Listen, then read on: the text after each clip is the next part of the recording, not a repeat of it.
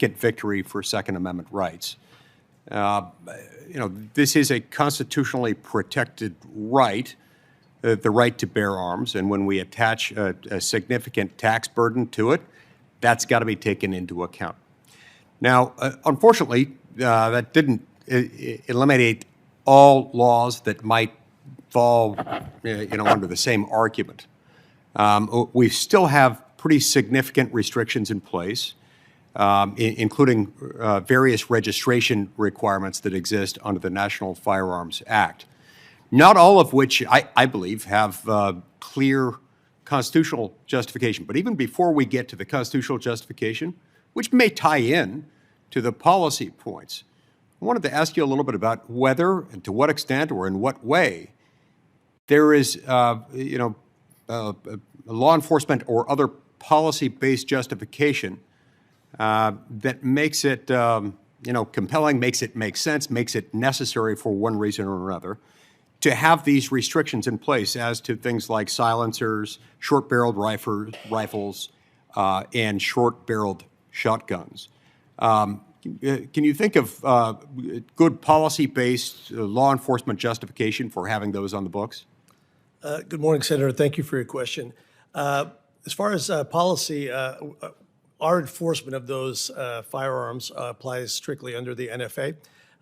If, let's say, for example, they weren't under the NFA, they would still be required, they would still be firearms under the GCA. Right, so they're not unregulated. And in order to buy them, you would still have to go through the background check process, which is, which is significant. And depending on how busy they are at the time when you're buying a firearm, you may have to wait minutes, or it might be hours, or whatever it is. But it's not completely unregulated at that point. That's correct. So these are additional restrictions slapped on top of those restrictions already applicable to all firearms. Is that right? Yes, sir. Through the NFA, that's correct. Okay. Now, and that certainly, grasp that certainly as to the short-barreled rifles and short-barreled shotguns. Let's talk about suppressors for a minute, the sound suppressors, commonly known as silencers, but a technical term within the industry is sound suppressors. Tell me what policy justification. I think that one falls as legitimate as the criticism is of these restrictions as to the other items that we've discussed, like short-barreled shotguns and short-barreled rifles.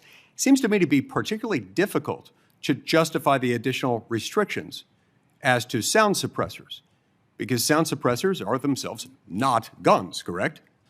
Under the law, sir, suppressors are considered firearms under the Gun Control Act. So that's why they're regulated under the GCA. Well, they're regulated under both GCA and the NFA. Right.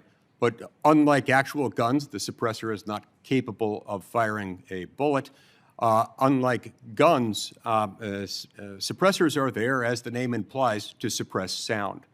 So that people who use guns, whether that's for hunting, for target practice, for sporting of one sort or another, they are subjected to a bombardment of sound that is louder than it otherwise might need to be. And for people who use certain kinds of firearms that happen to be really loud, they've got to use some kind of hearing protection on their ears.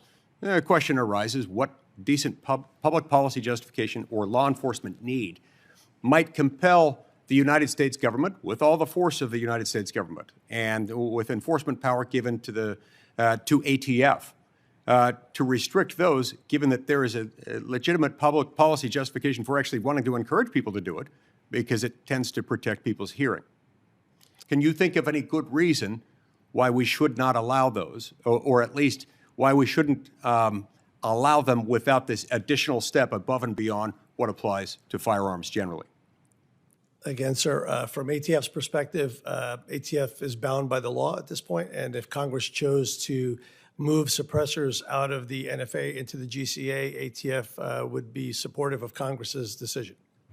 Well, that is very good to know, because we periodically do introduce legislation, and when we do that, with basically every department, every agency I'm familiar with, we tend in my office, and I think my colleagues do the same, to seek technical input from the agency involved in the enforcement of that law.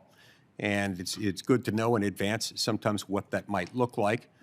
So I appreciate your perspective on this one.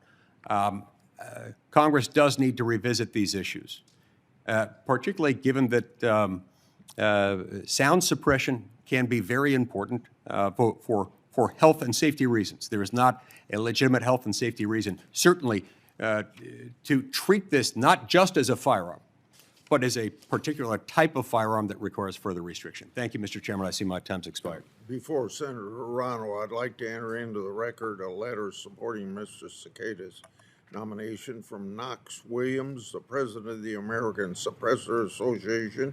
It's a guns rights organization. The American Suppressor Association endorsed Mr. Cekada's nomination and praised